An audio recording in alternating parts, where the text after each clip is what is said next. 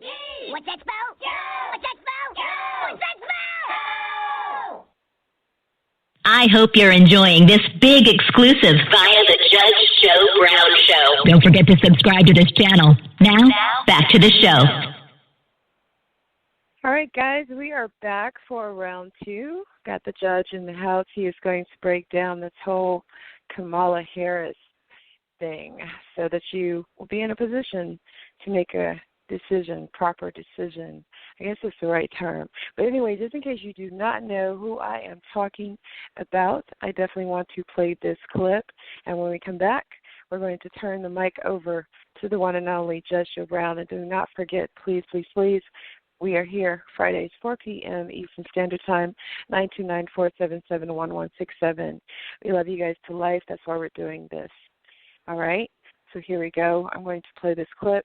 When we come back, we'll let the judge talk. Just as soon as I can find it. There we go. Here we go. All right. Gotcha. A barrier-breaking prosecutor with a love for grilling, question, I will repeat. roasting, and music. Nation under a groove, getting down. California Senator Kamala Harris has joined the race for the White House. I am running for president of the United States, and I'm very excited about it. So who is she?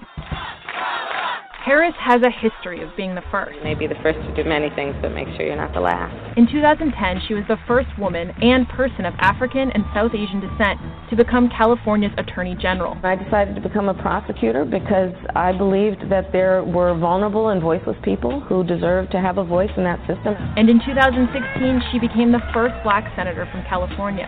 So my question to you. Harris serves on 4 Senate committees and is perhaps best known for her tough questions. It makes me nervous. Is that a no? Is that a yes? Could I get to respond, please, ma'am? No, sir. No. She's moved to the left in recent years, but her political message remains broad, stressing unity and togetherness. We are all in this together. She has defended immigrants' rights, as well as public schools and Medicare for all. But her signature issue is criminal justice reform. Crime is not a monolith. We cannot have a one-size-fits-all approach to criminal justice policy. Critics on her left have called her record into question, arguing that she failed to embrace progressive reforms during her tenure as district attorney and California's attorney general. So what's her dynamic with President Trump? Harris has voted against more Trump administration nominees than most of her peers. She has called Trump's border wall His vanity project. And the government shutdown. Crisis of leadership. For now, Trump has said little about her. So what are her chances? Political strategists believe Harris may be better positioned to build coalitions than some of her party rivals. A recent poll gave her an overwhelmingly favorable rating among Democrats. But as a relative newcomer to national politics, many voters may be waiting to hear more from Harris before making up their minds.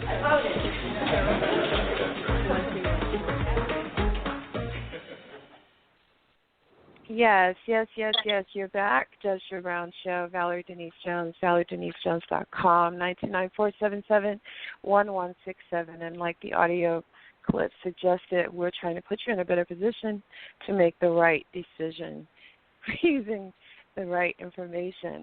So this time, I'd like to open up the mic, 323-646. You're in the house. The judge is in the house. Welcome.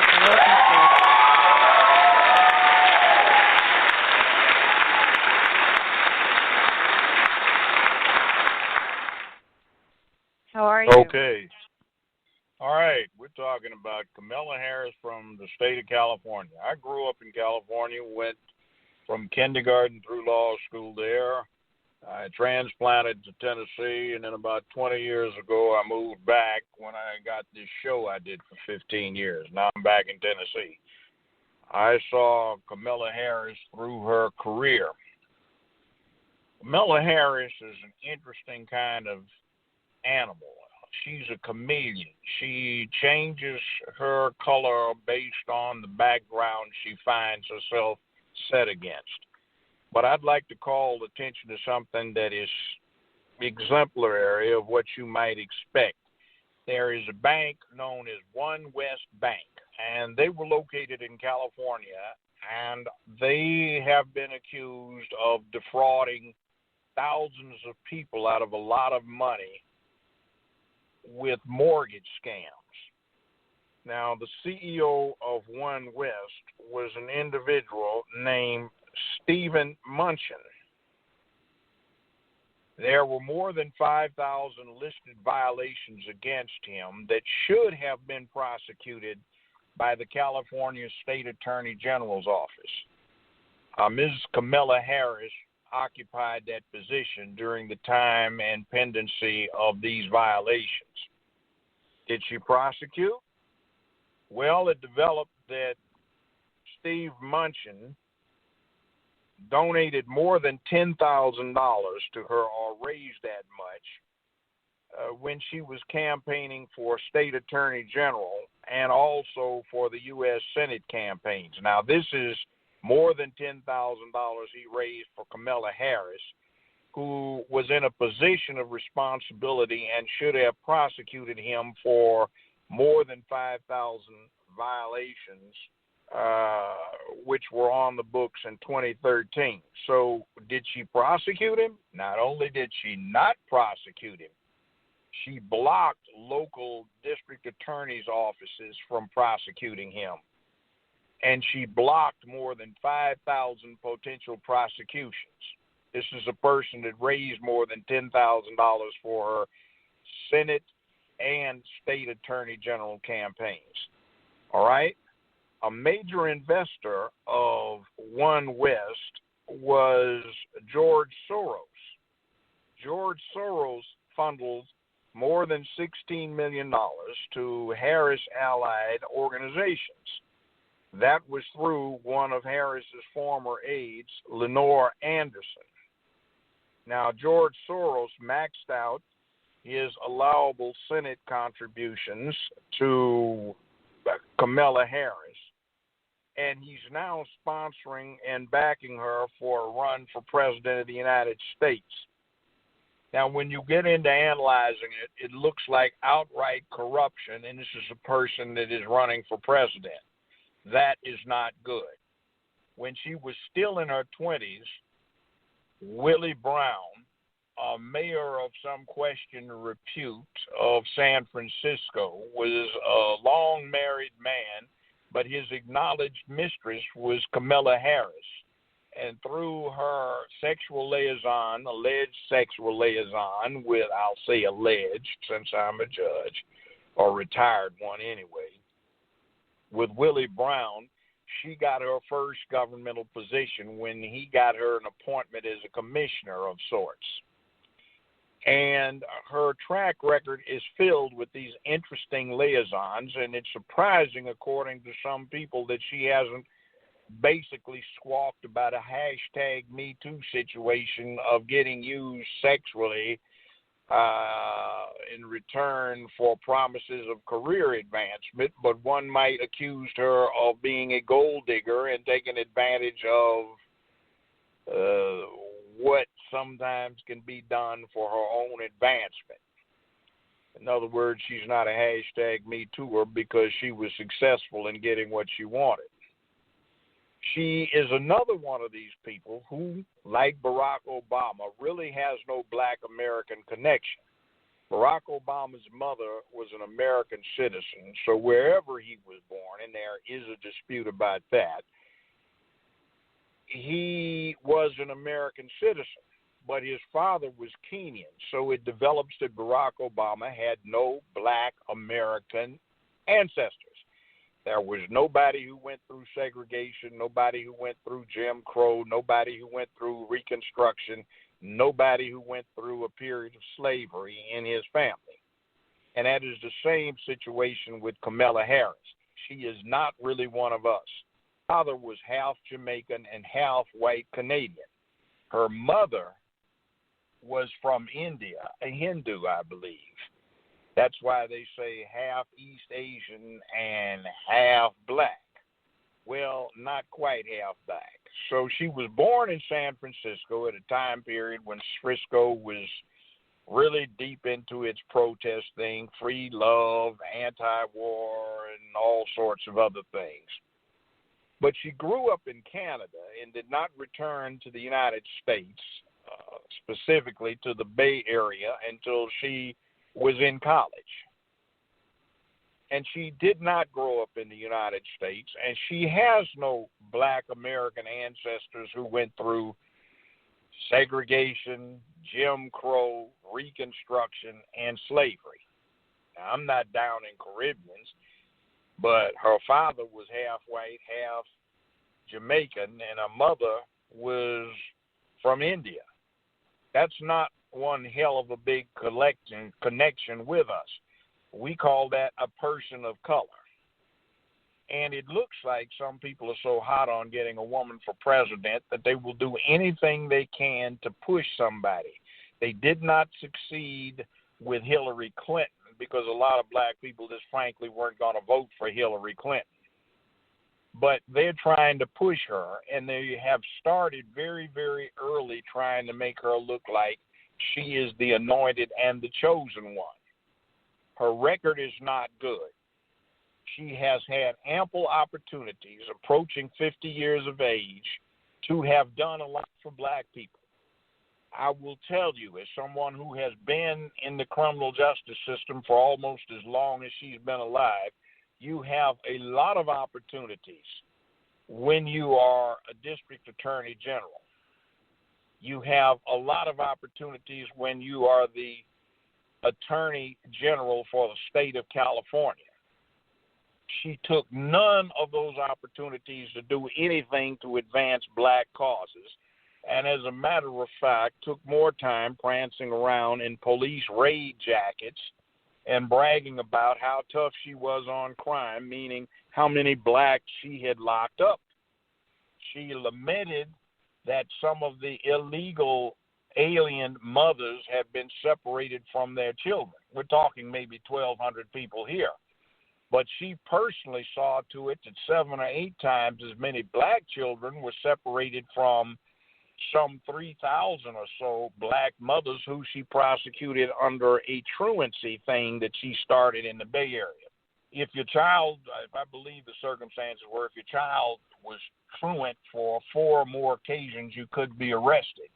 And there was one case involving a woman where she had actually dropped her son off at school, watched him walk into the school, and then the knucklehead looked out the window and saw her drive off, and then he ditched.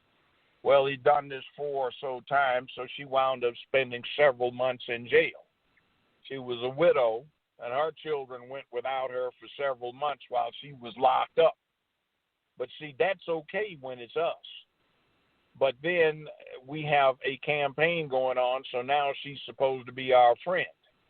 She was not our friend when she was an assistant DA in terms of the offers she had, and has got, in light of today's view on legalizing marijuana, she was notorious for how difficult she was with black defendants and simple possession. With white ones, she gave them a whole lot of slack, but not black ones. So you looked at this situation where she made her announcement as a candidate for president, or at least for the nomination by the Democratic Party. And there were some very wide differences on the crowd estimates. But if you look at the pictures of the crowd, all are in agreement that 5 or 6% only of the crowd was black, and this was in Oakland. That's because black people in Oakland can't stand her because of the wrongs that she did over the years. She was in a position to do that kind of wrong, and she did not do anything to help. She came up with not one alternative program, not one rehabilitative program, not one program did she lend her considerable weight as district attorney general or state attorney general to when it came to doing something about turning black kids away from crime and giving them alternatives. She did none of that. She is an opportunist. She is a chameleon, and that is not a good thing. Now, I will give you another example of this. Black men are viewed by feminists probably the most masculine of men, and that makes black men their primary target for emasculation. They can't deal with us directly, but they're taking every step they can to try and emasculate our children so they do not grow up to be masculine men.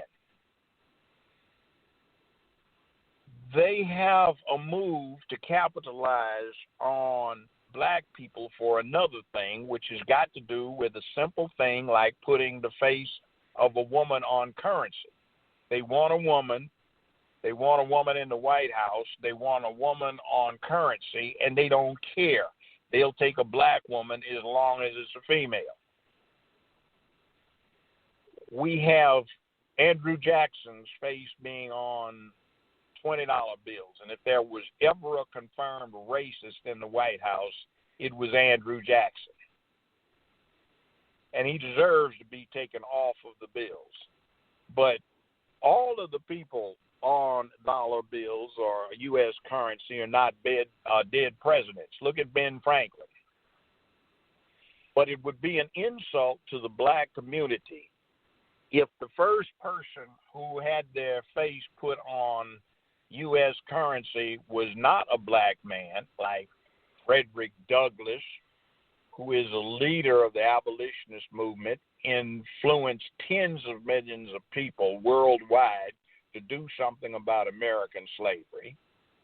It would be a travesty if it weren't somebody like Thurgood Marshall, who came up with Brown v. Board of Education after a lifetime career of fighting official segregation and wound up being the first black man on the U.S. Supreme Court, a real one, unlike his replacement who seems to hate the fact that he's black. And then there's Martin Luther King, one of the three people the country is named a national holiday after. But you can't have them on the face of American currency. Now, with due respect to the lady, she had her courage and her dignity, and she led approximately 250 slaves to freedom on the Underground Railroad. That nowhere compares with the tens of millions of people that Frederick Douglass influenced to the detriment of the South and ending the institution of slavery, and he himself had escaped from slavery. That does not do dignity to Thurgood Marshall, who filed all of the actions that led up to the ending of official segregation. That doesn't do justice to Martin Luther King. And it is an insult to black people, but because it's a black female, we all are supposed to be black people behind that movement. So the feminists get what they want, which is a woman, any woman, on a bill of currency. They want someone in the White House that is a woman, so we are supposed to go la-di-da-di-dee, and we've been taught over the last few decades that it is our job to vote for the lesser of two evils, irrespective of whether we get anything affirmative out of our votes. So lesser of two evils, contrasting to the Republicans and Trump, we are supposed to vote for anybody that the Democrats throw up at us. We saw the travesty before the 2016 election where the Democratic Party, who had gotten our votes and who took control of the House, to squander 16 months' worth of political capital on who pees in the girls' bathroom. That was ridiculous. That did absolutely nothing to advance the black cause. I feel empathy and sympathy for the gay crowd who may have astutely used the political process to advance their interests. They have an absolute right to do whatever they wish to do behind closed doors, in their own intimacy, and in their bedrooms. However, when they start advocating social and political policy, they become just as subject to pushback as the Republican Party is, as the Democratic Party is, as the Green Party may be, as libertarians may be. So we have to be careful what we are being asked to do and what we face. Now, I ask you, please just don't blindly, reflexively vote for the face. And speaking of Thurgood Marshall, he said it all. A black snake can bite you, just as quickly and as poisonously as a white snake. So we have a lot of examples where we've got black snakes or tan snakes that we need to be as much aware of because of the poison that they have for us if we misstep as we do for the obvious ones. So we should not be bound or committed to just voting for a skin color without something going along with it. Demonstrated character and the likelihood of being able to promote something that's in our interest. Now, I note that they have been saying Bernie Sanders is just on a dead end. He's talking about one source, medical health care, and that's just socialism, creeping socialism. But Harris has adopted his position on Medicare and medical health.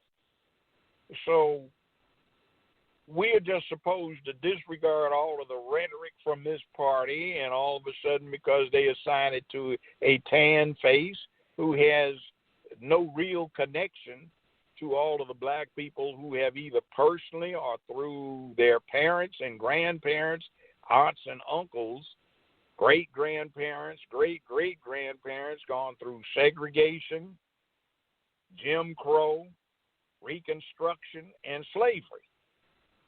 See, we need to beware of what we are asked to do, and we need to be cautious.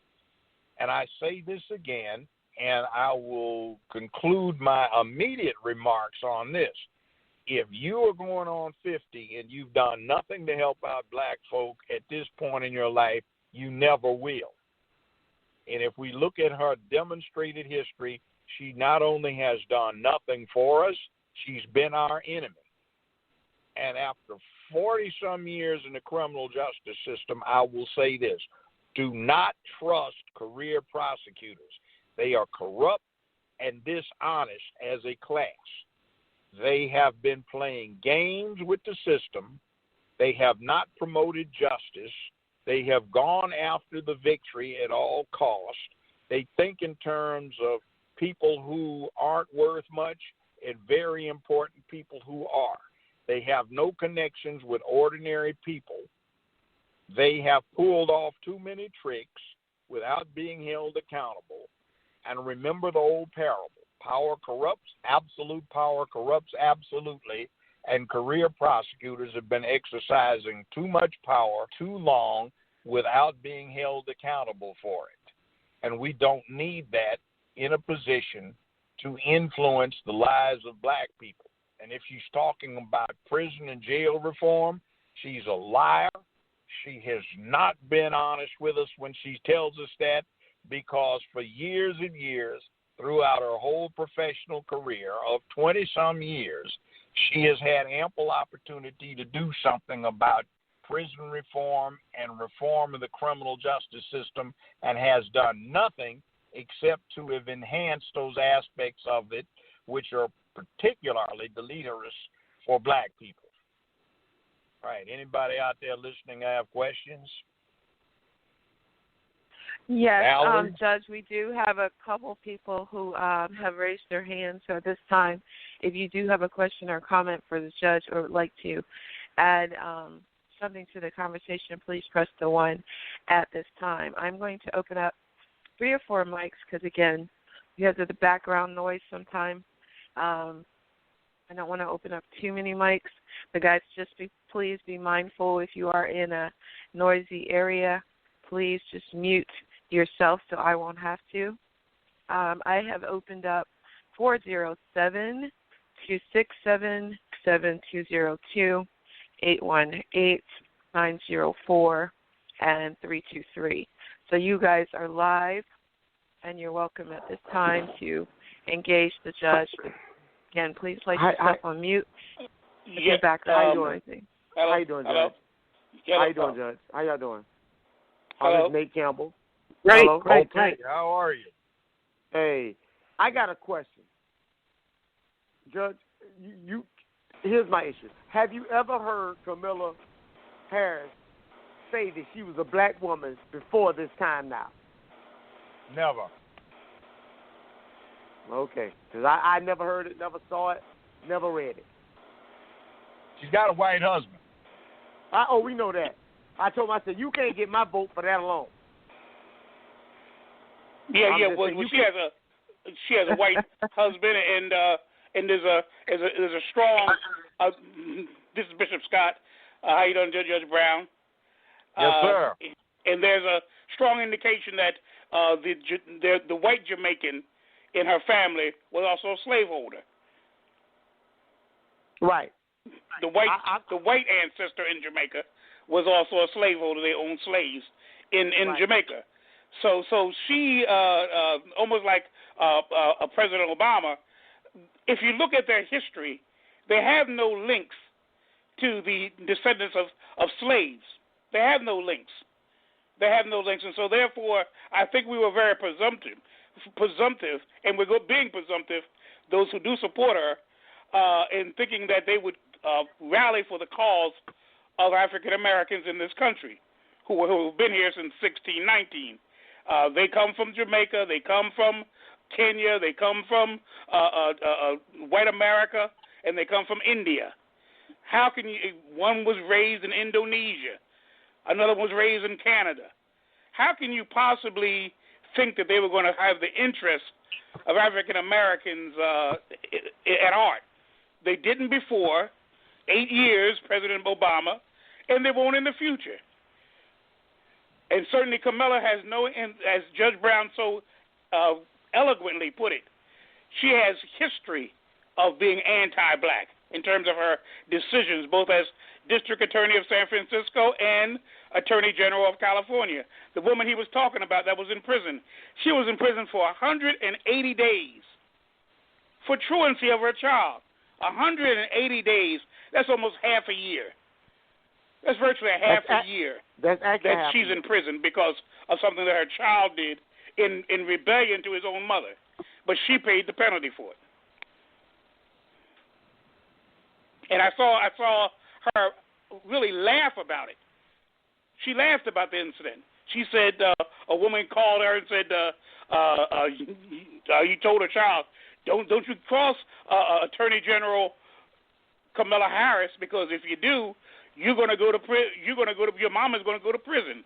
And she laughed about it. She said, well, she certainly got the message. And I said, my Lord, how can you laugh about families being broken up? What are these children doing while their mother is in prison? Is that going to help the cause?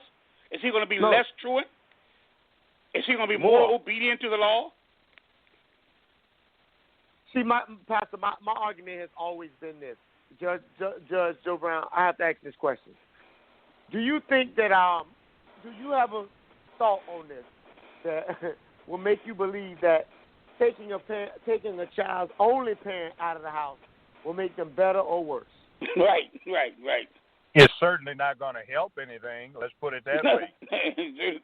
That's not going to help one damn thing. Nope. You have to deal with the context. Well, okay, go ahead with the question.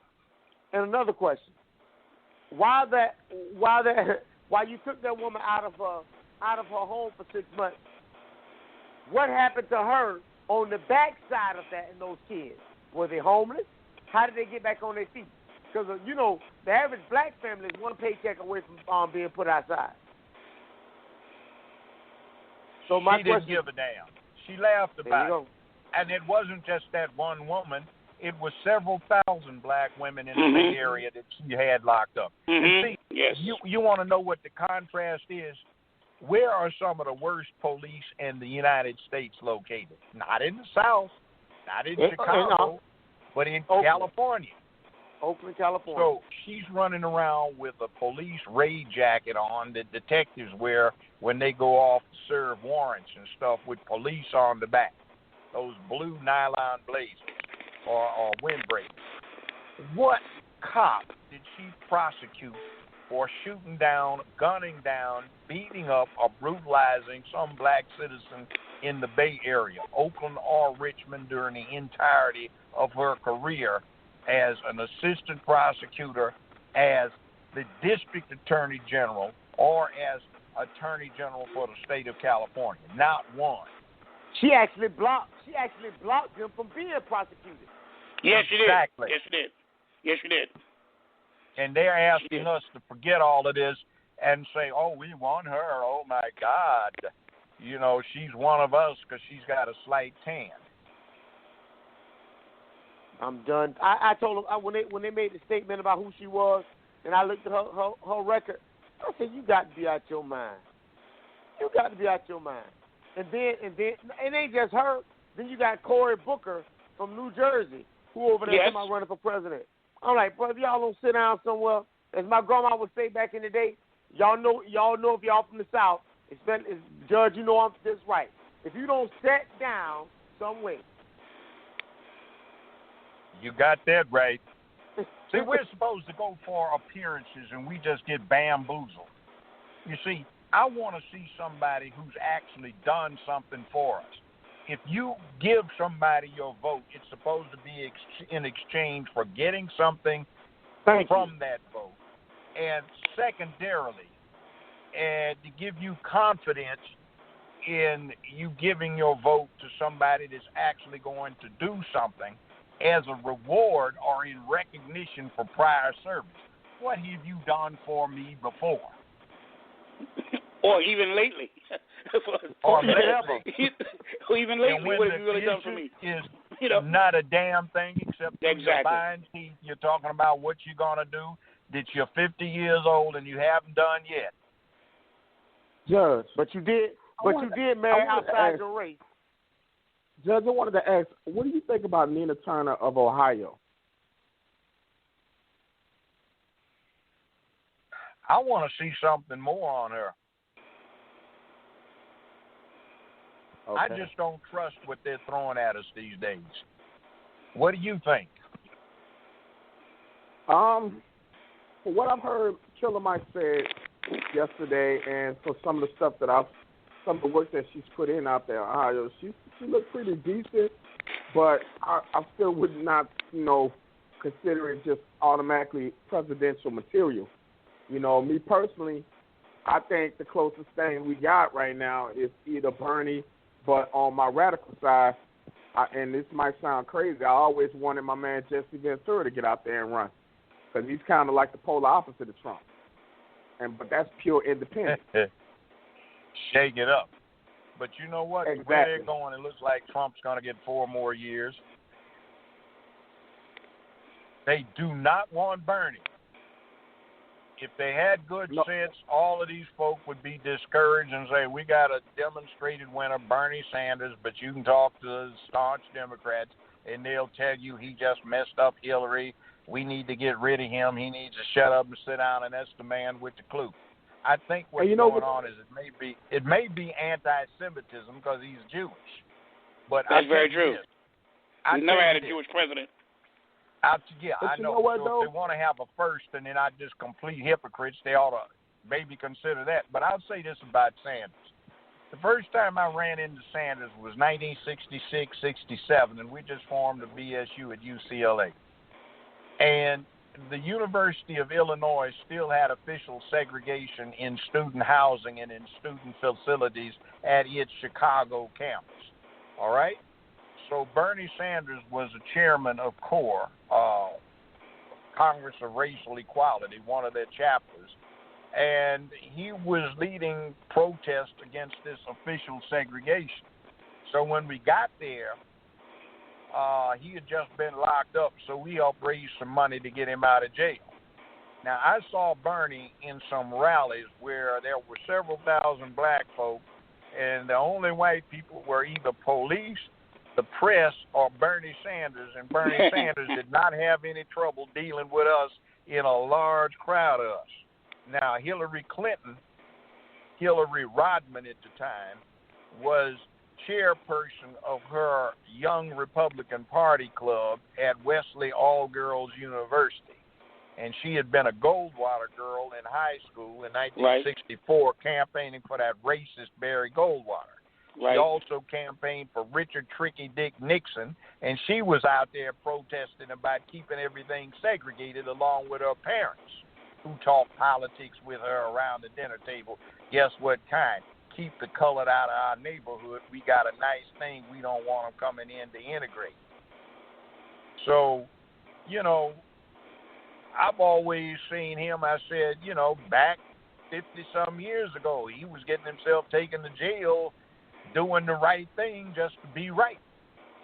And all these other people, they haven't done a damn thing since when except be good Negroes who have their feet firmly planted on the ground, doing enough to raise, you know, some appearance of being credible, but not enough to really make a difference so they can get appeal to their people, but be safe for us to back, because we need responsible Negroes to lead their people. You know, that kind of thought process.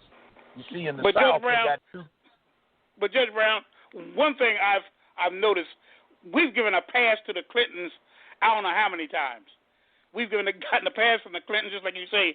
Hillary was a big Republican, to the point that she led the charge of the Republican Party during Goldwater, Richard Nixon, and all of that bunch of folk who were corrupt, evil, racist, and all the rest. But she led the charge on that when she was young. At the same time that Bernie Sanders was going to prison, she was trying to get Goldwater to be the president of the United States of America at the very same time. One was in jail for civil rights. The other one was trying to prevent civil rights from even becoming a law. That's what Goldwater was doing.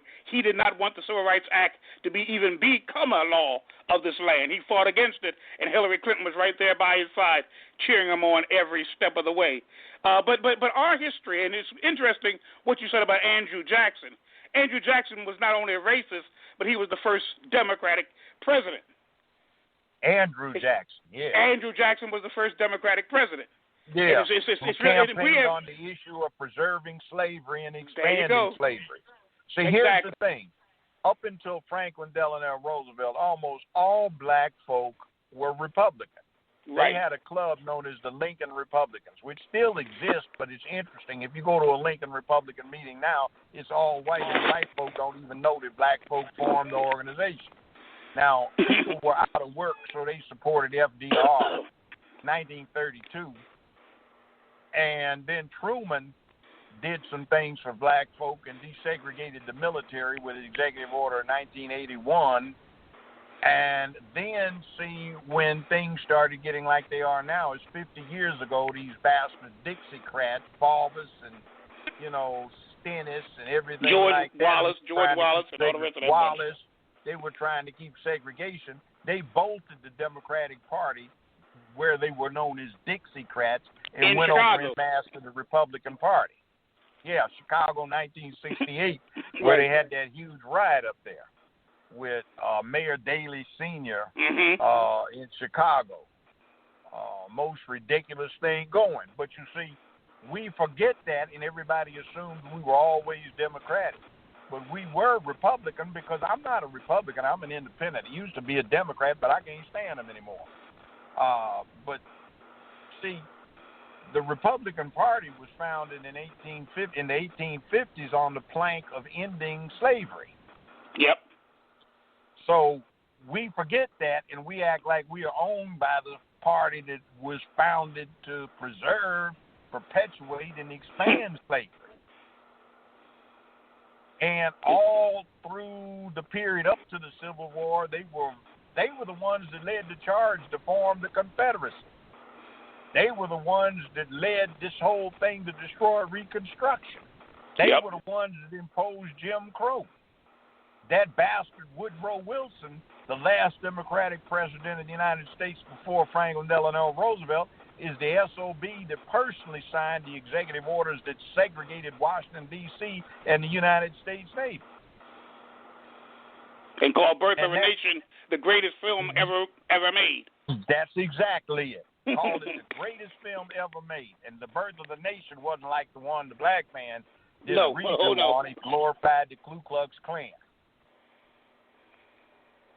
See, we don't owe any allegiance to anybody. Nobody else owes allegiance to anybody. They deliver when they get delivered to. But we get caught up in that trap of, we're the lesser of two evils. You should always vote for the lesser of two evils, not when the lesser of two evils hasn't done a damn thing for us since Lyndon Baines Johnson.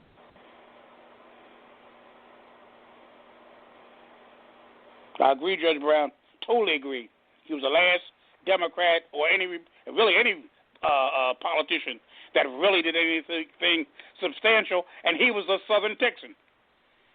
And see, there's an interesting thing about him. You know how he got his start in politics? Somebody killed his dog, and he got pissed off. So he did two things. He set up a school to teach blacks and Mexicans how to read and write. And then he organized voter registration for the minorities. And then on voting day, he had a series of pickup truck drivers take their pickups and drive them to the polls, vote him in for his first elected office. See, so that's a track record. Most people just didn't know about that track record, and he didn't advertise it, but that's what Kamala Harris lacks. She has no track record of doing anything for us. See, in the South, they have two types of black folks from back when. Those that are uppity and those whose feet are planted firmly on the ground. And Kamala Harris is one of those whose feet are planted firmly on the ground. She can be counted on to do nothing to upset the status quo. Well, her sister was a campaign manager for Hillary Clinton's campaign. So you see what she's going to be, very much an establishment candidate. Yes. And see, we got on Hillary, racist as her background is, racist as she is. By the way, she came out the closet back in 1967. They put her in. That's probably why she didn't get mad at Bill. She was getting more than he was. But, hey, I guess it's politically correct these days. But the deal is we're supposed to forget all of this stuff about people's true character and going around talking about we are predators that needed to be locked up, when Harris has been doing the lockups function. Now, we need prosecutors, good ones, but not career prosecutors because they're dishonest. You can be a prosecutor and learn your trade, but what usually happens is honest lawyers just say, I can't do this but so long, I got to do something else because this just isn't right. I can't sleep at night. I need to be able to sleep peacefully at night. Johnny Cochran worked for the DA's office in Los Angeles for a while, but he sure as the devil switched over and made one hell of a defense lawyer. But what do we have with Kamala Harris? She had a civil service job her whole bloody doggone life or career. Did somebody got her because she supposedly did some hard work in the bedroom? That's what they allege in California. And she kept doing it, and then she became DA, District Attorney General for San Francisco, and then California Attorney General. And out of that entire period of time, you can't point to one thing she did to make it better for the people that she's now being identified with. Her feet were planted firmly on the ground. This is a Negro we got to push because we know that white folk will not be the majority in America in such and such few years, so we have to take precautions so we can still run the country for white supremacy, and we can get our Negroes in there who will do it for us. And see, that other boy, Booker, he is too young. He doesn't know what's going on. That was one of Obama's problems. Took him 7 to 8 years almost to figure out what the hell he was supposed to be doing and how to do it before he could do it. And he wasn't disposed to do it because he didn't identify with us. Grew up in Indonesia, in one of the richest households in the world. In Hawaii. Grew up in Hawaii, Kansas, he didn't grow up Indonesia. In Hawaii. Where do you he have didn't grow up a in Negro? Hawaii. He grew up in all Indonesia. these places he ever lived, blacks don't even go. Don't even hardly visit it, let alone live there. So he speaks fluent Indonesian. Oh, I'm sure he does. Have you ever seen him give Michelle candy, or George W. Bush give Michelle candy at some of these functions? They make a big deal of it. Yeah. You know why that is? You know why that is? Why? The Bushes and Barry Soetoro, a.k.a. Barack Obama's family, have been long-term family friends. They actually are related, aren't Barry they? Judge Brown, aren't they related just to stepdaddy, eighth cousins Lolo, or something like that? No. Lolo Soetoro, who is Barack/Barry, Barry's adopted daddy. Okay. And George Herbert Walker Bush were very close associates. And the Bushes and the Soetoros hung around together, traveled together, and partied together. That's why you always see George W. giving Michelle candy, because they're family friends. But he did it at the well, funeral. What does the at candy George W. have Bush's... to do with it, though? I was always confused by that. In other words, we look at the Bushes as the enemy, right? I do. They ain't done anything for us. No. So here is our good-colored president that looks like us but has no connection with us. He's a family friend. I mean, the earliest picture I've seen those two associated with is one where you got Lolo Soetoro, that's Obama's stepdaddy, adopted daddy. His stepdaddy, his mother's husband. With George, his mother's husband. adopted daddy. Mm-hmm. On the golf course with George Herbert Walker Bush, standing next to a golf cart. Sitting in the golf cart behind him is George Walker Bush, who is the idiot that just got out before Obama got into office. And guess whose arm he's got around? His arm is around Barack Obama when he's like 7 or 8 years old. Mm-hmm. That's how long they've been knowing each other. All Obama's life. All his damn life. Yep, all his life. And that's who he grew up against. That's Uncle Bush. And we think he's the polar opposite. If you look at this crank right-wing think tank known as the Heritage Foundation, they give a report card to congressmen and senators every year. Do you know that for the 2.5 years Obama was in the U.S. Senate, they gave him their third highest rating for conservative voting? There were only 2 other out of the 100 senators they rated as more conservative in their voting. Wow. And that's who we had up in the White House. We thought we got us one now. Finally got a black president. He just had the same color scheme. He didn't have the background. He grew up and he's Chinese cousin, isn't he? And for he's his Chinese cousin, isn't he? What's that? Isn't he Vice President Chinese cousin, distant cousin? Oh, Obama he turns out to be blood relatives of Dick Cheney, also Warren Buffett, the billionaire, and also Brad Pitt, the actor. Well, really every president, and this was proven, every president but Martin Van Buren are all related. Every single president. If you go back into history, they are all related. Everyone but one, Martin Van Buren, is the only president out of 45 that's not related in some way. 8 cousins, twice removed, Trump is related 20 cousins, once removed, or whatever. Trump I don't is know related about as Trump. well. I don't know about Trump. I don't know about Trump either. But the others, from Obama back to George Washington to Obama, all of them are cousins but one, Martin Van Buren. Hey, I got a question for the judge. This is Philo the Great. I got a question for the judge. I know we're talking about Kamala Harris, and I want to know about Cory Booker, Judge. What is it? What do you know about Cory Booker? He seems to be too young.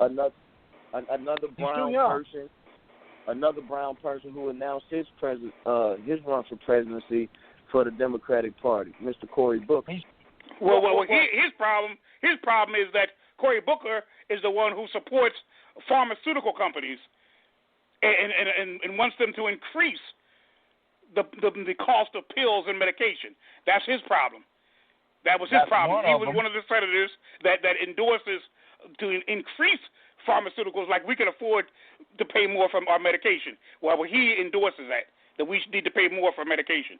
Like $500 for a $3 pill is not high enough. He wants it to be even more. Let me tell you how bad it is.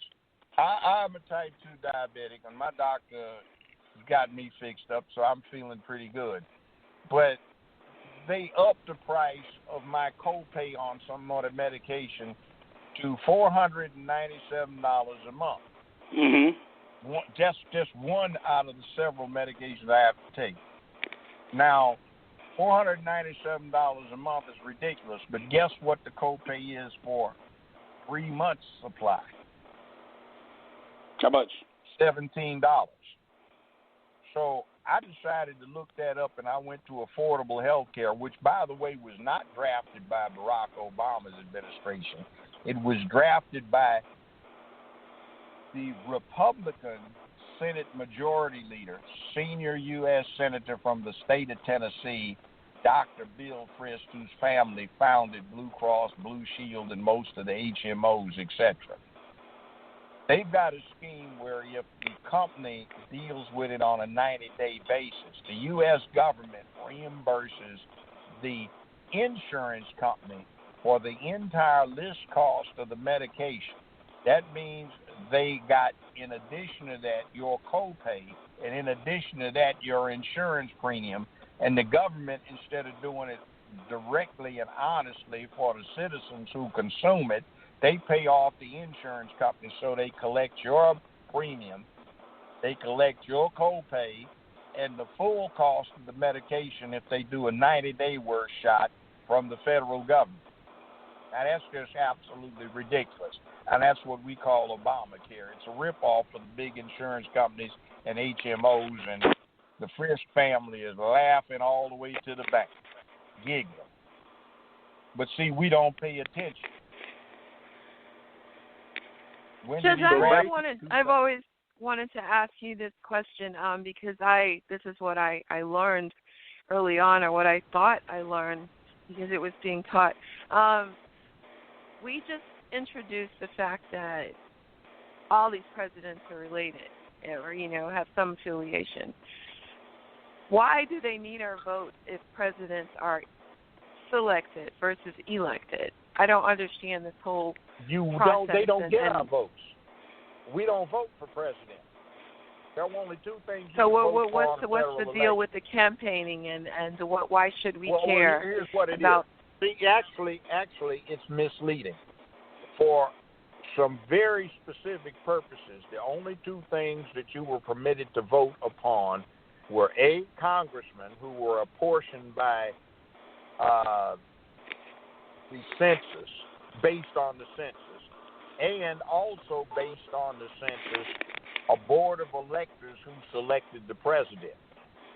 See, the electors do not have to go along with what they indicated to you. Once they are elected, they can vote for anybody they want to.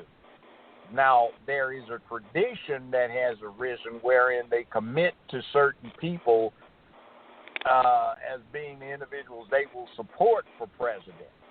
So some states, though, it's winner take all. If you win the state, then you get the board of electors that is promised to support a specific candidate. In other states, the board of electors for that state, that's known as the Electoral College, is apportioned based on the votes. So some of them have committed to one president, some to the other. The way it started off is they weren't committed to any one president because the theory was the ordinary people are too ignorant. Right. So what you had is even when you're just talking about white folk having a franchise only, white men, it had to be somebody who owned a sufficient amount of property or had a sufficient amount of money and resources that could be ascertained by assessment, and only they were considered to have had sufficient interest in the country, the equity in the country, to have prized themselves wisely of what was going on to protect it. All white men couldn't vote. And then they expanded the franchise, and then they added black men to the mix, and then they added women, and now people vote because somebody looks like a chick flick matinee star. Be damned their qualifications. And yeah, they're groomed, Judge, here in Ohio. I see them being groomed here in Ohio I have been elected and I have been appointed precinct committee in different wards in different cities in here within the Cleveland area.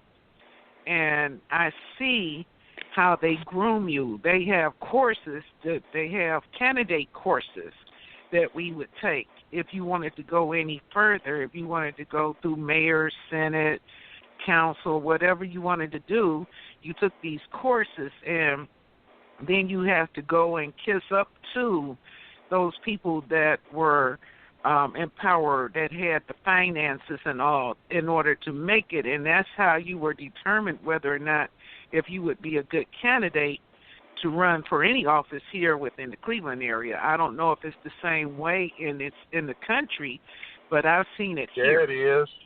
It is. Memphis, they have Leadership Memphis. I never got put in Leadership Memphis.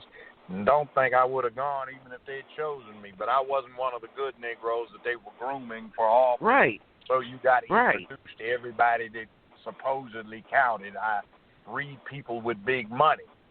So it's interesting that all of these American presidents were related.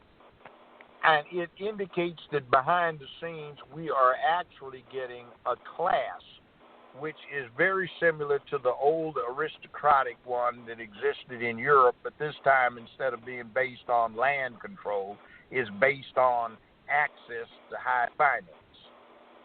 So this electoral college was one of the things we could vote for in congressmen, and then right at the 20th century, they expanded it so that you could vote for U.S. senator directly.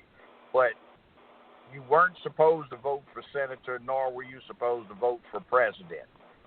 Those things required more, a study and a familiarity so that people would choose wisely. Now that we have got this board of electors, this electoral college, it becomes a rubber stamp for a state's votes.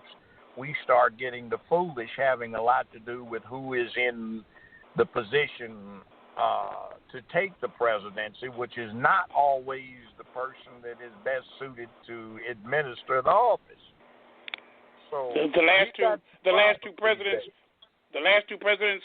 that were Republican were both chosen as president through the Electoral College. They lost the popular vote. George W. lost it to Al Gore, and Trump lost it to Hillary. But they both won the Electoral College. So now their emphasis is to maintain the Electoral College, because that's basically the only way that the Republicans have been able to win. First and foremost is because the Republican Party as a party is a minority party. There are more Democrats than there are Republicans. So the likelihood of there being an elected president through the popular vote has become quite lesser than before. So they concentrate on winning states, not winning numbers. Okay. Well, see, here's the thing. Actually, the numbers are kind of false in their import. Okay, California has started leaving its polls open an hour longer than everybody else, and they are on the West Coast on Pacific Coast time. Mm-hmm. The East Coast polls have been closed for 3 hours, so California stays open an hour later, so California polls are open 4 hours longer than what's closed down on the East Coast. Now, let's say you are a Republican in California, and you know California is going to go Democratic. You stay home. You did not make any difference in the outcome on the Electoral College, but what you did do is you kept a lot of votes for going to Republican candidate or whoever he may be for president. So when you look at the popular vote, it looks like your candidate may have lost badly, but he did not lose in the Electoral College. Now, to explain very briefly why that is as it is, look at the Civil War when these states, the 11 of them, seceded from the Union and formed the Confederacy. The death toll in that war is higher in total than all of the rest of the wars the U.S. has been in combined. That's how many people died in it. So a lot of this has got caught up within this theory of no matter how big the state is, it only has 2 U.S. senators. For the popular vote that's supposed to be cooled down by the Senate, every state's representation is proportionate to the number of people it has relative to the total number of people in the United States based on census count. The same thing is reflected with the Electoral College, wherein the number of electors is proportional to your state's percentage of the total U.S. population. So whereas 11 states can succeed and have a violent, bloody civil war, you don't want that to happen. So what happens is you have the Electoral College as an established instrument that's been working for 240 years. There's some interesting things they're charged with evaluating. Like, for example, you had Cruz as a front runner for the Republican Party. Well, the U.S. Constitution defines what's a citizen. And then in the second section, in different articles, it defines who's eligible to run for president. Now, if your mother is a U.S. citizen, you can be born anywhere in the world and you're a U.S. citizen. But you can only become president of the United States if you're what they call a natural citizen, which means discounting those categories that are obsolete because they dealt with people who were in the colonies before they seceded from Great Britain, et cetera, et cetera, et cetera. Basically, now you have to be born in a state, territory, protectorate, consulate, embassy, military, or naval base, or federal enclave. So that means if you're born on a Navy base, or Marine base, or an Army base, Air Force base, you can run for president. If you're born in American Samoa, Puerto Rico, if you're born in the Virgin Islands, you can run for president. But Cruz was born where? In Canada. He's not eligible for U.S. president. And you see the Electoral College is supposed to vet those things when it comes time to vote for the president. The only people that can vote for president are the electors. That's what happened with Schwarzenegger. Yeah. Now, you see, did you hear the press say one thing about Cruz not being eligible, even though he was indicated as the runner-up favorite for the Republicans after Trump just sort of stole the nomination from the general Republicans because they weren't in touch with their rank and file? You didn't hear No. one? Not the one. The only one that brought it up would be Trump. That's the only one that kept on bringing it up during those debates. Trump would kind of hint at it, that you're Canadian and da-da-da-da. But he's the only one, not the press, but Trump. Yeah, see, he's ineligible. He couldn't have been the president, but he was the Republicans' darling at first. They were practically anointing him at this time, just like they are Kamala Harris. Yeah, I'm a little bit embarrassed of it all because I am a black Republican here in the city of Cleveland, Ohio. I believe in the Republican cause. I don't agree with Trump, but we get a lot of flack about what others do to penetrate our party, and it looks like Trump was there to destroy our party from the beginning. He was initially a Democrat, and he gave millions of dollars to Hillary Clinton as she ran for president against Obama, and yet no one seems to remember that, but everything goes back to Republicans this and Republicans that. They're no good, but we do have good Republicans out here. I've worked with them, and I, get offended sometimes when I hear about how people blame us for what is going on when I have known and seen some very cruel, corrupt, Democratic leaders here in this city. I'm not endorsing the Republican Party, but Prescott Bush, who was Massachusetts U.S. Senator next before John F. Kennedy, and the father to George Herbert Walker Bush and grandfather to George W. Bush, he's the one that backed Truman in Executive Order 1981 to integrate the armed services. He also posted most of the bonds for Martin Luther King when he got arrested during the Civil Rights era. So, getting back to Trump, most people don't know this, but Trump raised most of the funding for Jesse Jackson's two runs for U.S. president. And I've talked to black businessmen who talk about Trump loaned them money, hundreds of thousands of dollars some years ago, and when they came in on time to pay it, he said, "You're on time, don't worry about it, keep it." See, but he's a white supremacist, all this other stuff.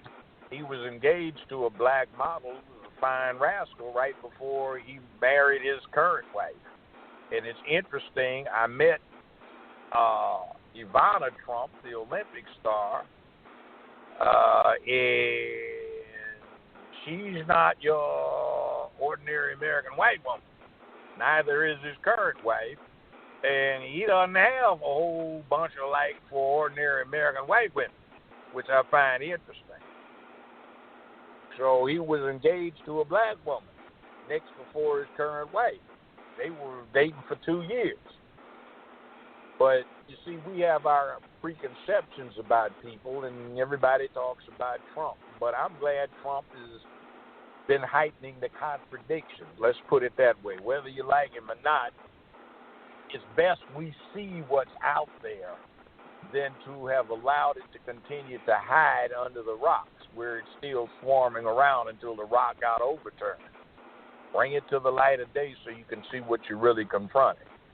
But that just goes back to this whole thing, Cory Booker, Kamala Harris. See, Cory Booker's thing, aside from his hookup with the pharmaceutical companies, he's too young.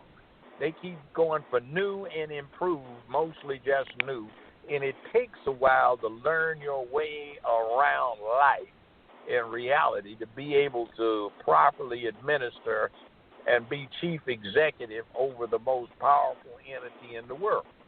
That takes some doing, and a lot of people never do get what they need, and a lot of presidents are basically figureheads. And then even being figureheads, they look like they've been died and resurrected by the time they get through serving their full terms. They really look tired. It's stressful. They lose their hair, get gray hair, get all wrinkled up, and age considerably, noticeably. So we've got the wrong idea about what we need for governance. We keep trying to pick somebody that we go see in a movie. We have a star complex. Oh, she's fine. Oh, he's fine. Chick flick matinee stars, good to look at, but not necessarily the best thing going when it comes down to the hard, cold business of governance. Anyway. Right. We're down to our last 20 minutes of the show, and I definitely wanted to say I think that we got a lot of information, and hopefully we'll make some connections because I want to put you in touch with Philo because he's being groomed to run for office as well. And I also wanted to tell you guys that I just got something that came across my desk. Breaking news, government apologizes for photo. Virginia Governor Ralph Northam is under fire for a yearbook photo that shows a person in blackface and another wearing a KKK hood. So again, that's what I was saying. This fascination, these racially charged initiatives, they're really bugging me because I don't really understand what is really going on. It's getting on my nerves because you don't really know how to address it or suppress it. Does anybody else want to say anything else, have any more questions regarding Kamala or anything else political? Well, I can say this: Cory Booker today announced his candidacy. Right, and that's Cory Booker today announced his candidacy. Yeah, and that's why I was asking the judge what did he think about Cory Booker, because we was talking about Kamala Harris, and then Cory Booker running, and then you stated, Bishop, that he's for raising pharmaceutical drugs. The judge then hit on that, explaining that they raised his stuff to $4.97 a month, but then got it for $17. So it's a lot going on. I wanted to just say before I get up out of here, before you end the show, Valerie, I believe Trump is really feeling the fire now, according to what I just read, I believe Trump may be out the country. It seems like Mueller is really closing in on Trump. There's something happening. I don't know what's really happening, but that's something to keep an eye out on. They not putting that in the news that Trump may be out the country right now, trying to get his thoughts together. But just research that. And let's keep our ears to the street and see what's gonna come up out this deal with Trump. Let me say something about that legally. The House is constitutionally empowered to return articles of impeachment. If they return articles of impeachment, the counts or the clauses of the impeachment articles are tried before the U.S. Senate. Now, the majority of the Senate is Republican, and it's got to be a 2/3 majority of the Senate, not a simple majority. I really seriously doubt that 2/3 of the Senate, as currently constituted, is going to vote to approve any articles of impeachment. By the way, do you know how many people in the entire history of the United States of America have actually been impeached, and they don't have to be president just of any office? It's a very interesting figure. It's only 4 in the whole history of the United States of America. So we've had Johnson, Abraham Lincoln's vice president, subject to impeachment proceedings. And who was a Democrat? And who was a Democrat? From Tennessee. Yeah, Democrat. He was a Democrat from Tennessee. Yeah, and we had Bill Clinton impeached, a Democrat, but not convicted. And considering Trump's popularity with his rank and file, I doubt seriously that you're going to get many Republicans to cross over to give the Senate 2/3 majority voting to convict Trump of any House-returned articles of impeachment. That's like I presided over many a jury trial. The defendant on trial had been indicted, and that's directly analogous to impeached. But the deal is many of these people got acquitted. And the deal is every president that's been subject to impeachment proceedings has been acquitted. So the standard has to be high crimes and misdemeanors committed in office. Now, not that you don't like what he did, not that you don't like his policies, not that something's unwise, that's not sufficient. It has to be a high crime or a misdemeanor. In other words, a felony or a misdemeanor in office. And all this stuff Mueller's coming up about with the Russians, there is this little problem with the U.S. Constitution that gives the president the absolute authority to be the chief diplomat for the United States. He has unlimited discretion in what he does. And a lot of presidents over the last 110 years have not used officials who are part of the State Department to be their liaison with foreign entities, but have used a usually well-off friend who acts unofficially. So it is what it is. It's distasteful. But just think about whether this Senate, Republican-dominated Senate, is going to return a 2/3 majority in favor of convicting Trump of any articles of impeachment. And just think about the hell they'd keep getting forever and a day from the folks that love their dear Donald. Have you seen, by the way, the bear? Trumpy bear? I wanted to read something to you guys because as you were talking, I was, of course, on the computer Googling stuff, but I did not know that Kamala Harris has a book out. But anyway, there's an editor. She works for The Guardian. Her name is Louise Beckett, I think. She's out of Oakland. And the title of her article is Social Justice, Unspoken Truth, and Bradley Cooper inside Kamala Harris's book. And it says the 2020 candidate plays her cards close to the chest in her new book, where readers can learn a lot about what she doesn't say. And then they continue on. They talked about how she protested from an early age. They talked about how she turns to Doritos in times of crisis. But most fascinating is the part that they addressed that, was left out of the book, and it was something that you mentioned earlier, Judge Brown. It says Harris dated the former San Francisco Mayor Willie Brown for a year when he was 60 and she was 29. Harris is only one of Brown's political protégés, who include California governor and San Francisco mayor who once babysat Brown's children. Her memoir does not mention Brown's name. More surprising is how little Harris shares about her adult relationship with her young sister, a former top advisor for Hillary Clinton's campaign and now chair of Harris's 2020 campaign.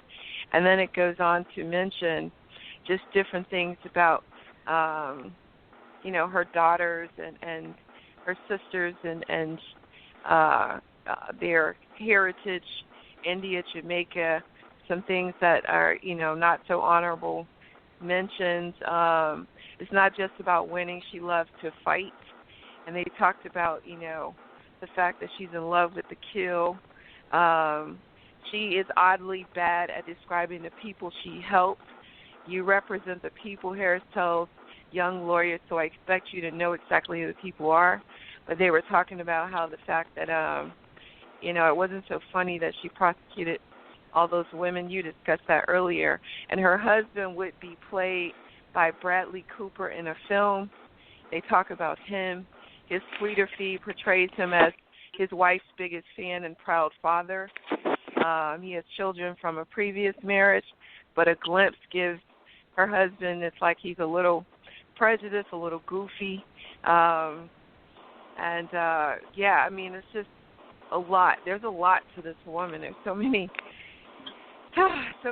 facts on, just goes on and on and on. This woman just sounds like, to me, I brought that up because we went from Hillary Clinton to her. Do you know what I mean? If the people aren't going to buy the whole, I got hot sauce in my bag, I want to do the wobble, Hillary Clinton, that person. Now we've got another younger, I guess, improved version of Hillary Clinton, but it's the same person because they were groomed by the same team. You know what I'm saying? And they share the same secrets in the same circle. You know what? It's like we're being played. You know what I mean? Like, this is crazy. You know what you just said that struck me the most, because I sat through it a lot, presided over it as a criminal court judge, and as a defense lawyer, I had to put up with it. You said she liked to fight. That's what I'm talking about, career prosecutors. They took the thing not as an opportunity to dispense justice, but they took it because it was the challenge of the match. And the people became just pawns in this little game. And like you think no more of knocking over a pawn on a chessboard, you thought no more of knocking over the live animated pawns in the game in front of you. It was all about the game and winning at all costs. And that caused a lot of miscarriages of justice. That says a lot. Wow. Thank you, Judge. Thank you. I appreciate that. Appreciate you for taking time out to do this. We got 267s on the board, and I see Rhonda Supreme is in the building. Thank you so much. But, yeah, guys, do we have anything else to say? And, Philip, do you have any questions? Because I know that eventually you're going to run for office, so do you have any questions you'd like to ask the panel? No, I didn't ask my question. I just enjoyed the conversation, Okay. All right. Everything's been good. I hope you put this out for people to hear, because people need to hear this. And most of all, man, all the listeners, I just ask that you take what you heard and go do your research, do your homework. And Valerie, you was looking stuff up as they were talking, so I just challenge people to do that before they just run to the polls and vote for somebody for the color of their skin. We done made that mistake once with Obama, so I hope we don't make that mistake again. So that's that on that. Amen. Definitely. All right, so Judge, what do you want the people to get out of today's conversation? Okay. And also, what would you say to young people who would probably say, you know what, let's support? Let me say what I'm talking, why I'm doing this. I got to UCLA in 1965. They had 62,000 full-time students. They had 72 full-time undergrad blacks and 73 full-time grad students. We busted our behinds to get in more blacks, and eventually for 66, 67, we got them to agree to let in a block of 250 black students they wouldn't have otherwise got let in. We all worked together the next year to get in another block of 250, but we let our guard down relative to who got in. So the first thing that happened is some of these new folk that got in on the second 250 block thought the first bunch of us were too militant and embarrassing. So we had just had a BSU meeting and an election, and they decided to call one amongst themselves, and they sent in a notice to the L.A. Times that they had a new BSU meeting, which, like, why are you telling the L.A. Times? And they announced this new BSU president, new BSU board. Well, we had some other things to do, and I remember the police were there, LAPD, LA County Sheriff's Department, the Highway Patrol, Ventura County Sheriff's Department, and the university cops. And it was real tense. And this new BSU president was a punk. And he didn't want to go. He said, brothers, I'll be there with you in spirit, but I can't afford to jeopardize my career. You'll have to go on without me. Well, why the hell did you run for BSU president? So let's just put it this way. We sort of impolitely drug him to the event. He had on some gray slacks. And we had two brothers who alternated because the guy was shaking so bad he could hardly stand up. So he urinated on himself, and you could see the dark stain going down the left leg of his pants, gray pants, and a puddle of urine around his left foot. And he was just a punk. He was scared. And see, that person wound up knowing presidents, and he was dead, but I owed him a behind whipping, but he died before I could administer it. Fortunately for him. I mean, but you see, he caused a lot of stuff that we had put in play to go downhill, and things got bad from that, and it led to that Bakke decision, which was the one about reverse discrimination. It was a setup because some black folk who didn't want to get politically tested to see if they were doing something viable were going along with helping the white folks set up a reverse discrimination thing. See, we are our own worst enemy, and we operate as our own worst enemy by being sellouts, by being house Negroes, they used to call it, who, for unscrupulous reasons, are willing to sacrifice the good of their people.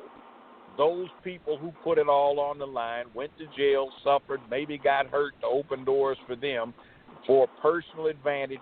They'll slam the doors in others' faces, and they'll actually tell you with a straight face the fewer black people they have in these same positions that we're in, the more valuable our positions are. So the more we can get in return for doing what we've done. See, they're selfish, and they ride the crest of the wave. They were not and would not be the ones that opened the doors for others. They just opportunistically rushed in and want to take advantage of something that somebody far better and far superior to them in character set up that others were supposed to be able to take advantage of, not the opportunists who would slam the doors so nobody else could get anything. So that's why I'm doing it, and that's why I'm bad-mouthing these folks, because they're not for us. They are setbacks. They are those house slaves that told on the field hands when they were getting ready to rebel. They were those Negroes who told on all of the black folk that were trying to get up a voting drive or get a rights drive because they got game. They were Negroes whose feet were planted firmly on the ground, not uppity. So just keep that in mind, and don't be that kind of thing. Be somebody that has got enough balls to do what you are supposed to do to make it better for others, because the more of us who can come along for this ride, the stronger we are, because the larger our group is. Yeah. Anyway, that's what I'd say in conclusion. I say the same and thing, everybody Judge. knows who listens to me that I feel a responsibility to protect, people, especially our young listeners, definitely. So I'm always in support of, anything that would afford anybody to feel empowered, because it's all about bringing real change to the world, real change in the world. At this time, what I'd like to do is go around the board. Again, I want to give the biggest applause to Judge O'Brown for sharing with us and giving us the proper insight into, what's really, really going on. And, Judge, I will come back to you just in case you have any final words before we wrap. But 407-308, do you have anything you'd like to say before we wrap today's conversation? You just text me. So are you live? 407? All right. I'll keep going. 267-602, 267-602. You're live. Your hand was raised. Do you have any final words before we wrap? This is Supreme. I was just listening to all the information, and I appreciate everything that was said, and I will promise to stand up as a hip-hop artist for the community and everybody that coming after me, and I appreciate all the info. That's it. That's basically it. All I have to say. Just listen. And being that learn. the rappers play such a huge role nowadays, they seem to, think that they have I don't know what to say. I'm trying to be politically correct today, so I'm stumbling over my words, and I'm trying to play, be in a neutral position because I believe in nuances. But for the rappers, because you and Philip represent that community, what do you want to say to people who kind of they believe everything that you say, and they will vote based on what it is that you lend them? What do you have to say to them, these people who rock the vote, so to speak, who believe in that whole process? Well, I was told a long time ago, I think I was complaining about something to a good friend of mine who's a Dr. Schatz, who's a political activist in the city. And he was like, if you don't vote, you don't have a right to complain. So from then on, I started voting. I've been voting for pretty much for 20 to 40 and beyond. Now, still, I take my daughter to the polls, but it's so scary out here because they pick their man, Democrat or Republican or woman, to be the head of the agenda that they want to push the most. So it's scary. So only reason I really do vote is because it's my right, and a lot of people died to vote. But it's a scary situation because you don't know who to vote for. Like, you know what I'm saying? The two candidates was Hillary and Trump. And I just had a funny feeling that Trump was going to win. But I think they got him in there to be so bad that we'll put a monkey in this year. I mean, in 2020, before just or a woman. Erase, a woman or whatever. But I'm just saying, it's or like, a woman. Like Trump, you go in there and act a fool. Get on there and do what you do, because they're gonna vote right next time, and they're gonna get our person in who's gonna do exactly what we need them to do, and the world is still gonna turn, and the grass is gonna be green, and the sun is still gonna come up. So I just put it all in God's hands. But like I said, I just vote for the right, just because it's my right to vote. And I have no idea how these people get to be. Like I said, Trump wasn't the president of his high school class, let alone a political figure at all. But let alone, so it's just scary. Like Will Smith said, he's gonna vote, he's gonna run. I think he'll win, or Oprah. whoever. Soldier Boy said he was going to run. Kanye said he was going to run. I think everybody thinks that they can run now. That President Trump is in office. Dwayne Johnson said he was going to run. Yeah, everybody's running now. Well, the thing is, if you don't have a Roger Stone in your back pocket, then you can hang it up. The only way Trump got in there is Roger Stone. Roger Stone should have been the president, because Trump, it wasn't Trump, it was Roger Stone. Look at the man behind the man. That's who done it. Roger Stone painted it all out, how to do it, how to make America great again, all that. Look, you go look at the Roger Stone story, and it'll show you. It's on Netflix. Y'all go check out Roger Stone, and y'all see how Trump became Trump. Yes, definitely. Again, I hope that you guys get this message, whatever emboldens us to challenge authority and question the status quo. We need to do that. 267-867, 267-867. Your hand was raised. Do you have any final words or thoughts? I won't take up too much more of you guys' time. I just want to grab a few people, so maybe one or two more people to get a final word, and then we'll go back to the judge to close us out. 267-867, you are live. Okay. I enjoyed the program, and I really enjoyed Judge Brown and everybody's participation. It was very insightful, and we need to be very serious about who we decide to support in 2020. We really need to seriously consider it, not just look at the skin color, not just look at the rhetoric that's being espoused, but look at the record. Every single one of them has a record, and it's easy to find what they stand for and what they believe in. And if it's in accordance with what we believe in, support them. If it's not, then keep on looking until you find somebody. Right. Thank you, and I approve that message.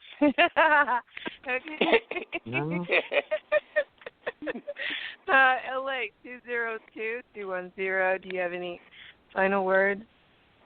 Yes, I just hate that I applaud those that were civil rights leaders and became senators and congressmen and everything. But it's gotten to the point with me is what have you done lately for the people? Not just black people, but for the people. What have you done to improve jobs, housing, just the health care? What have you done to improve streets? What have you done to improve laws? And if you're not doing anything lately, you need to go. You in the land of Nod. And we don't need anybody nodding out on us while we're still living on this earth. I like that. Yeah, definitely. And I like that. I like that. I like that, too. I like that. We don't need nobody nodding out on us. Rhonda, I won't pick on you because I know you multitask a lot. But big ups to Rhonda Supreme over there in Philly. Hope you're staying warm. Bishop Scott, give her a hug for us, okay? I certainly will. That's my baby very, sister. very, very hard. Yes. And, so 818-613, I'll give you the last words because, again, I do thank you, for all you contribute. And I do want to put you and Ellie together because, guys, I keep saying he's running for office because I had a dream. And I'm not Martin. I'm far from – I just learned Martin is actually Michael. He was Michael before he was Martin. That's another story, Judge. I got to get you and Ron Hurt in the building to break that down for people, too. Because, wow, Michael had quite the life. I didn't know he dated white women the way and loved them that way. Let me stop. All right. Okay, because this was good black energy. I apologize. I just took us somewhere, didn't I? Took us somewhere else. Yeah, shame on you. You sure did. You devil. I rebuke the devil in the name of Jesus. Okay, so let's get back on track. 818-613. Do you have anything that you'd like to say before we turn it over to the judge? No, I enjoyed the show. Maybe one day I will run for office and, vote for me. I'll set you free. Vote for me, I'll set you free. Below the grade. Yes, he is one to foster Inclusivity, diversity, Wow. So he's open. I'll set you free. My God. Yeah, he is definitely one who inspires conversation. So, Judge, we're back to you, and I want to thank everybody. I thank you guys. I love you to life. Thank you so much for showing up because we had a show after a show. So this is the after party, and we definitely needed it because there's so much going on unbeknownst to us, and it's very important that we use the wise ones, while they're with us, our ancestors whose shoulders we stand on. I don't know, would you be considered an ancestor? No. Do you have to be dead to be considered an ancestor? I meant to look that up. An elder. We're an elders. We're elders. Just elder? Elders? Elder. You were elders. Okay. We're not ancestors yet. Not yet. You have to be dead. You got to die to be that. Or there's something else, some more attributes, right? I meant to look that up.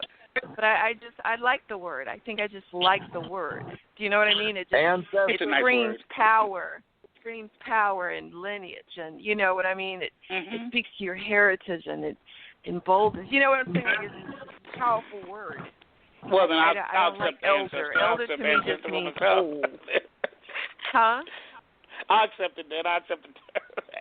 An ancestor. Yeah, oh my God. When I think elder, it as experience. I always think don't.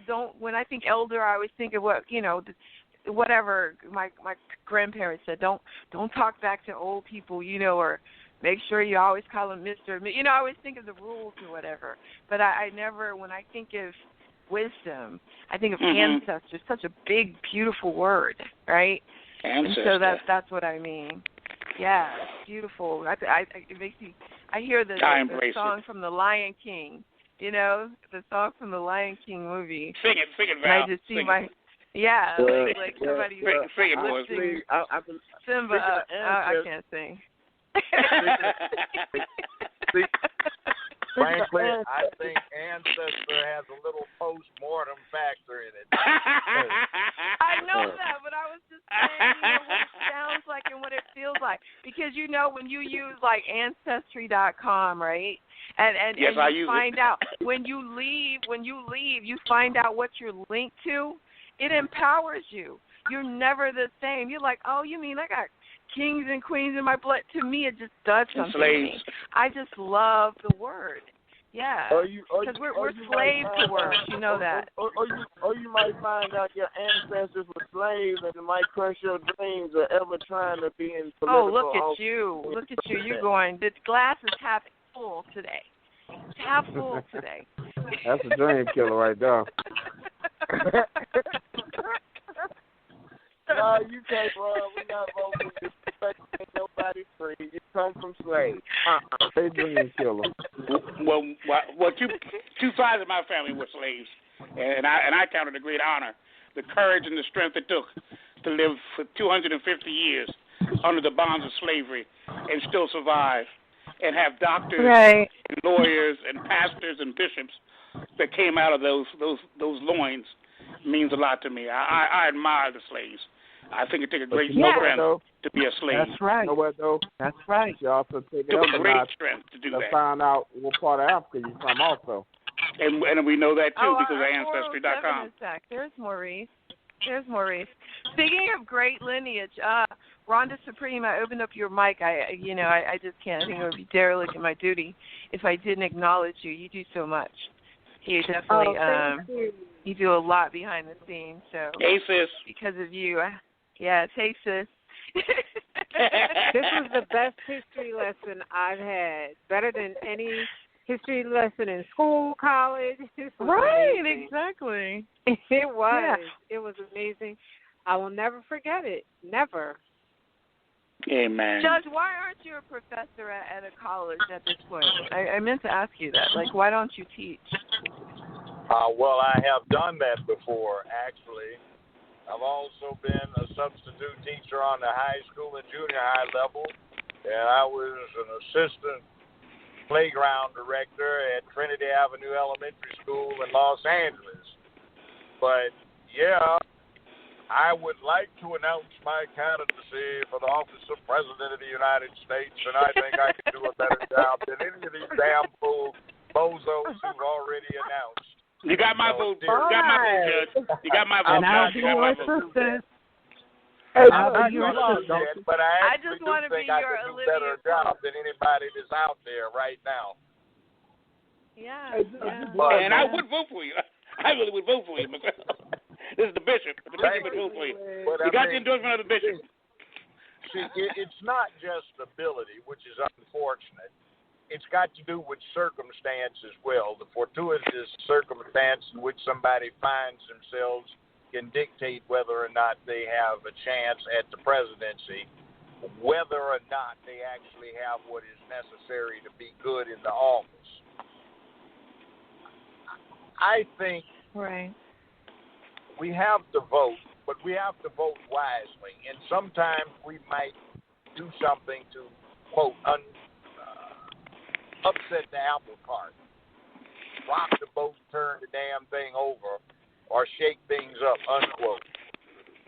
And we have to do what's unexpected. And we're not going to get what we want in one term or two terms or in the short term. So we might want to do something that's unexpected, like, hell no, you're not getting our vote. I know you counted on it, but this time we're going to disappoint you just so you can see what happens when we don't go there. Go vote for your dog or something if you got to vote sometime. That's right. I started to write my name in one time. Hey, Judge, write do your you got a dog. block? Some people just don't deserve your vote, even if they are the lesser of two evils. And we need to learn that, and we need to smack any idiot across the head, not literally, but figuratively, who assumes that we have to vote for his side because he's the lesser or they are the lesser of two evils. We have gotten nothing for that, and it's time we made a change. So I would just say vote effectively, vote wisely, and make sure you can answer the question that you will be getting something in return for your vote. And most importantly, that the person you intend to vote for has a track record of doing something for you. Or us, if you want to expand it in. So, with that said, I think that would encapsulate what we've been talking about in this session. Exactly. Yeah, well, guys, thank you so much. I again appreciate you guys for taking time out. This after party was great. I really, like Rhonda said, I learned a lot. It's a great history lesson, and we definitely need to put this information out. I will make sure that I send the links and also that I post on all my social sites. So that's pretty much it. Again, thank you guys so much. 929-477-1167,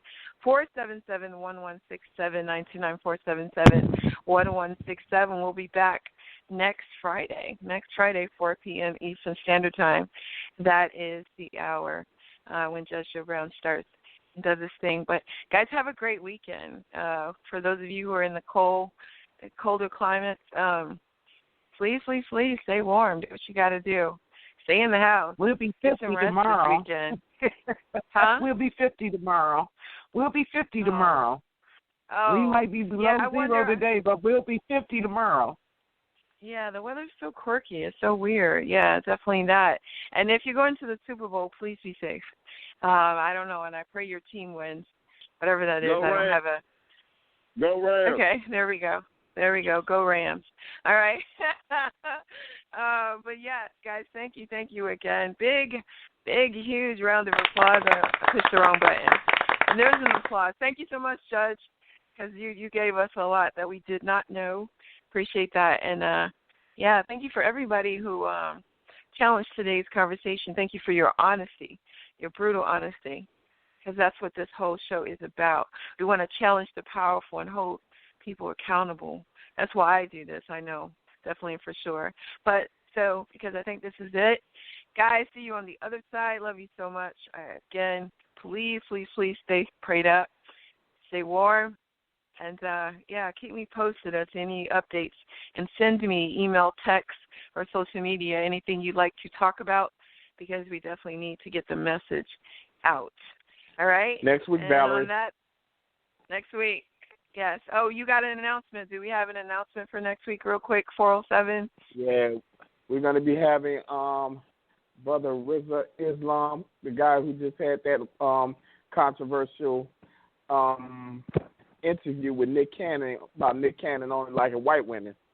So he said he would be able to come down and check us out on the podcast next week. Hey. All right, so that's where we are. All right, so guys, mark your calendar. Thank you, Judge. Thank you. And make sure you take your meds. I heard what you said earlier. I learned something about you today. I did not know that was your situation, but yeah, we got to do what we got to do to make sure you it doesn't matter how high they increase your copay, that we help you. I'm going to call you my ancestor. You can say dead or alive all you want, but I just happen to like the word better than elder. It just sounds antiquated. I like ancestor, and I know it's not. You told me I use words wrong all the time, but that's okay. I'm going to use that when referencing you. All right, guys, I'm out of here because I'm starting to rattle, so I must be sleepy. Good night, guys. Have a wonderful night. 929-477-1167. Love you to life. Talk to you later. Goodbye. Take care. Have a good weekend, everybody. Love you. Go. Thank you. I pray you're enjoying today's show. Please don't forget to like, subscribe, and share this episode on social media. Also, visit ValerieDeniseJones.com for additional updates. Now, back to the show. The Judge Joe Brown Show, presented by Valerie Denise Jones. Uncensored truth with a legal twist. Friday, 4 p.m. Eastern Standard Time, 929-477-1167. Or visit MissValerieDeniseJones.com for details.